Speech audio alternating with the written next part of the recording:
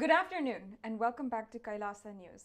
December 14th is when UN has declared as the date of the International Day Against Colonialism in all its forms.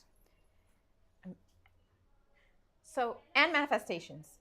Let that sink in. It took the world until 2025 to recognize that colonialism was the greatest atrocity against humanity.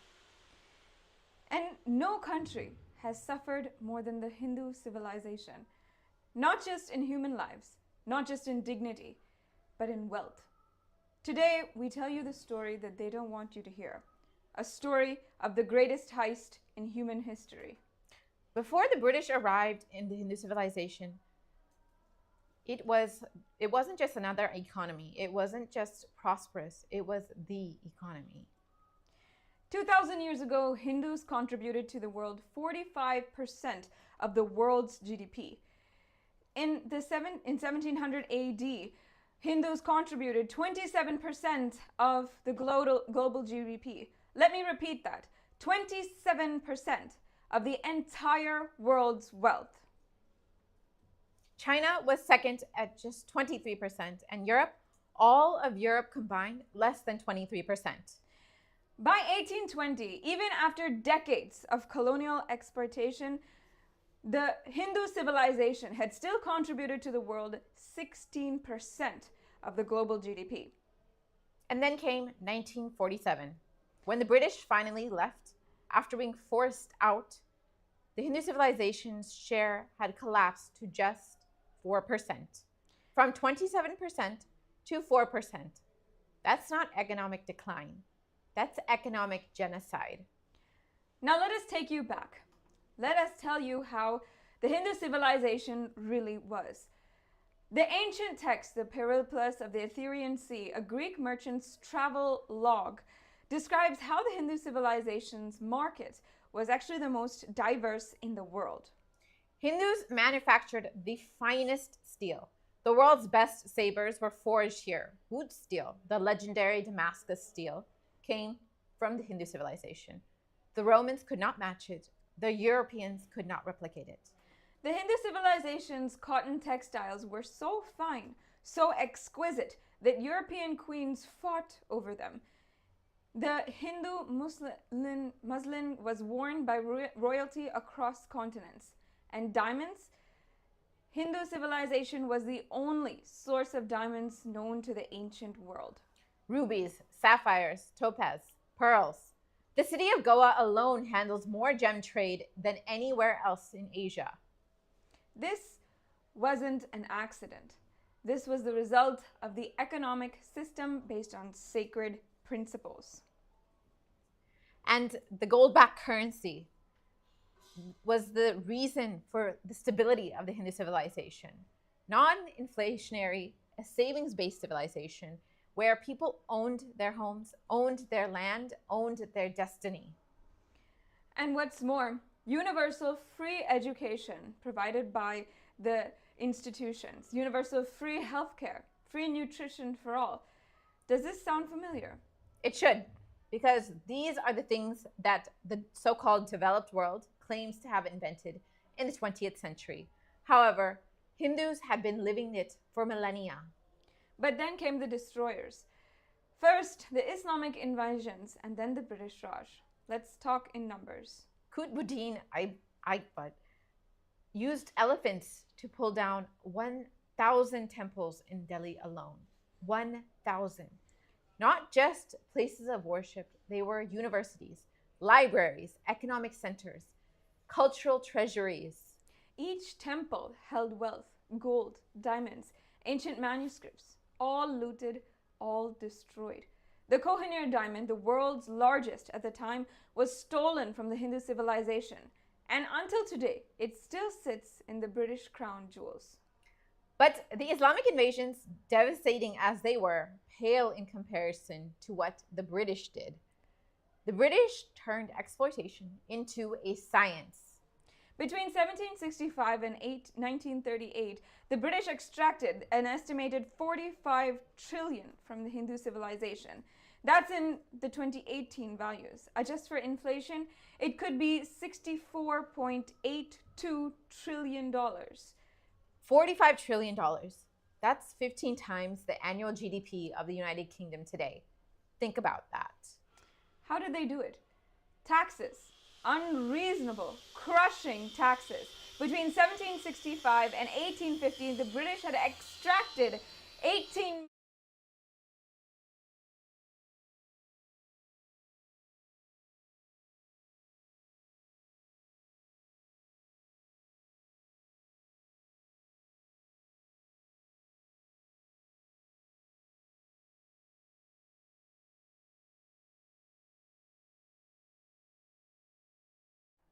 So how did they do it?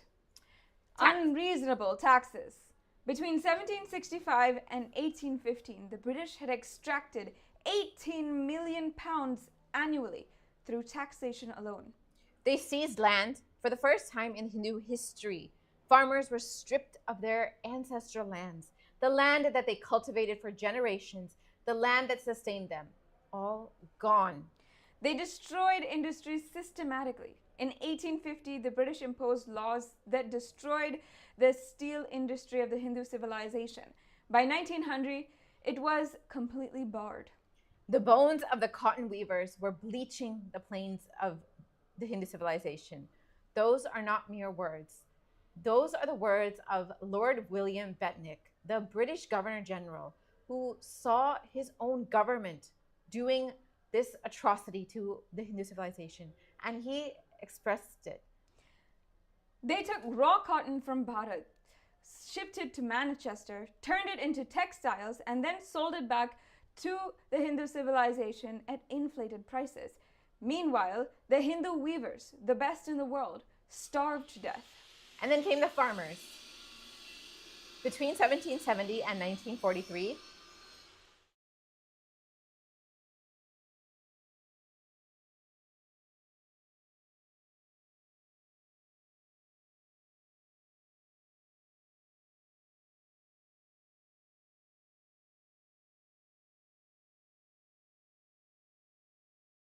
And then came the farmers. Between 1770 and 1943, Hindus suffered repeated famines, not because of droughts, not because of natural disasters, because the British exported food, even as millions starved to death.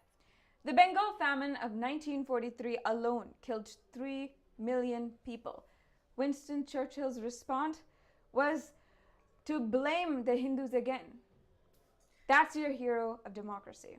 By 1947, when they finally left, the Hindu civilization was unrecognizable. The richest civilization in history had become the poster child of third world poverty. Now, let's get specific. Let's talk about how exactly the Hindu civilization was looted. First, trade manipulation.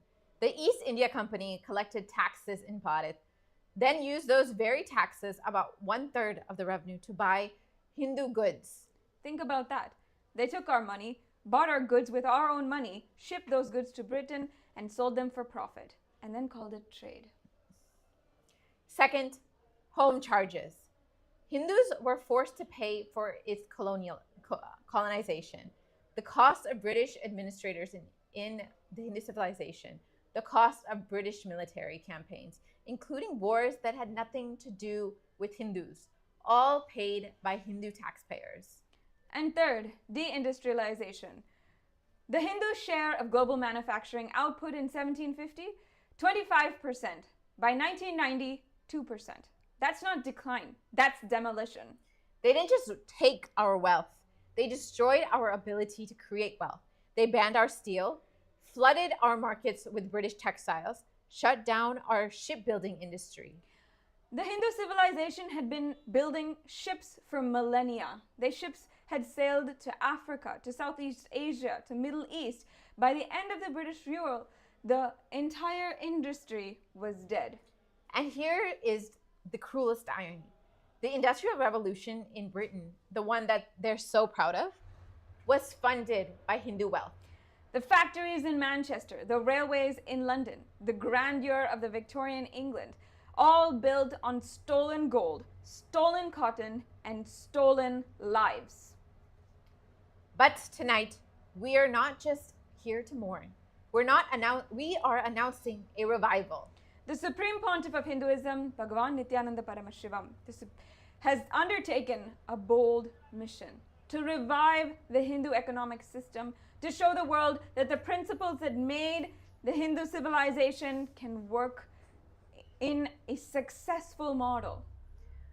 Through the nation of KAILASA, the Supreme Pontiff of Hinduism has established something revolutionary, the Reserve Bank of KAILASA. A gold-backed currency, not paper promises, not fiat money that governments can print and will, real gold. So why gold? Because in Hinduism, gold is not just valuable, it is sacred, it is stable, it is honest. A gold-based economy is less prone to inflation. It preserves wealth across generations. It enables easier cross-border transactions. This is what the Hindu civilization had worked on for millennia before the British forced their paper currency on us. The Reserve Bank of KAILASA has signed treaties with nations that have agreed to host it. It functions legitimately. It issues real gold currency. This isn't theory. This isn't philosophy. This is happening right now. And the principles behind it, they're taken straight from the Hindu scriptures, the Vedas, the Agamas, the Arthashastra compiled by Chanakya. And what's more, the government of KAILASA enables its citizens through universal free education because knowledge should not be a privilege. Universal free healthcare because health is a right, not a commodity. And universal free nutrition because no one should go hungry in a prosperous society. These are not just ideas. They are the ancient Hindu ideas. Ideas that worked for thousands of years. Ideas that the British destroyed. The Hindu economic model is based on contribution, not exploitation, on ownership through enriching the society, on wealth that circulates, not wealth that is hoarded. So understand what the Supreme Pontiff of Hinduism says. Your ability to intelligently enrich the society in some form, that is real wealth. Not how much you extract, how much you contribute. That was the principle of the Hindu civilization. That's the principle that KAILASA is reviving. The world is watching. For 2 billion Hindus across the globe, KAILASA represents hope, a return to prosperity, a return to dignity. And here's what critics don't understand. This isn't about competing with other economies. It's about complementing them. Hindu economic principles are non-violent, non-exploitative, sustainable, and everything that modern economics is not. So today, on this first International Day Against Colonialism, let's remember 3 things. 1. The Hindu civilization was never poor. 2. The wealth of the West was built on the poverty of the East. And 3. Revival is possible and it's happening. They took $45 trillion. They took our industries. They took our dignity. But they couldn't take our knowledge. They couldn't take our principles. They couldn't take our consciousness. Today, through KAILASA, through the vision of the Supreme Pontiff of Hinduism, the principles of Sanatana Hindu Dharma are being restored. A gold-based economy, a contribution-based society, a civilization that enriches without exploiting. The world called us backward. They called us primitive, while sitting in palaces built on our gold. Well, here's the truth they don't want you to hear. The Hindu civilization is rising again, not through conquest, and not through exploitation. Through the same principles that made us great the first time. The British looted our temples. They could burn our books.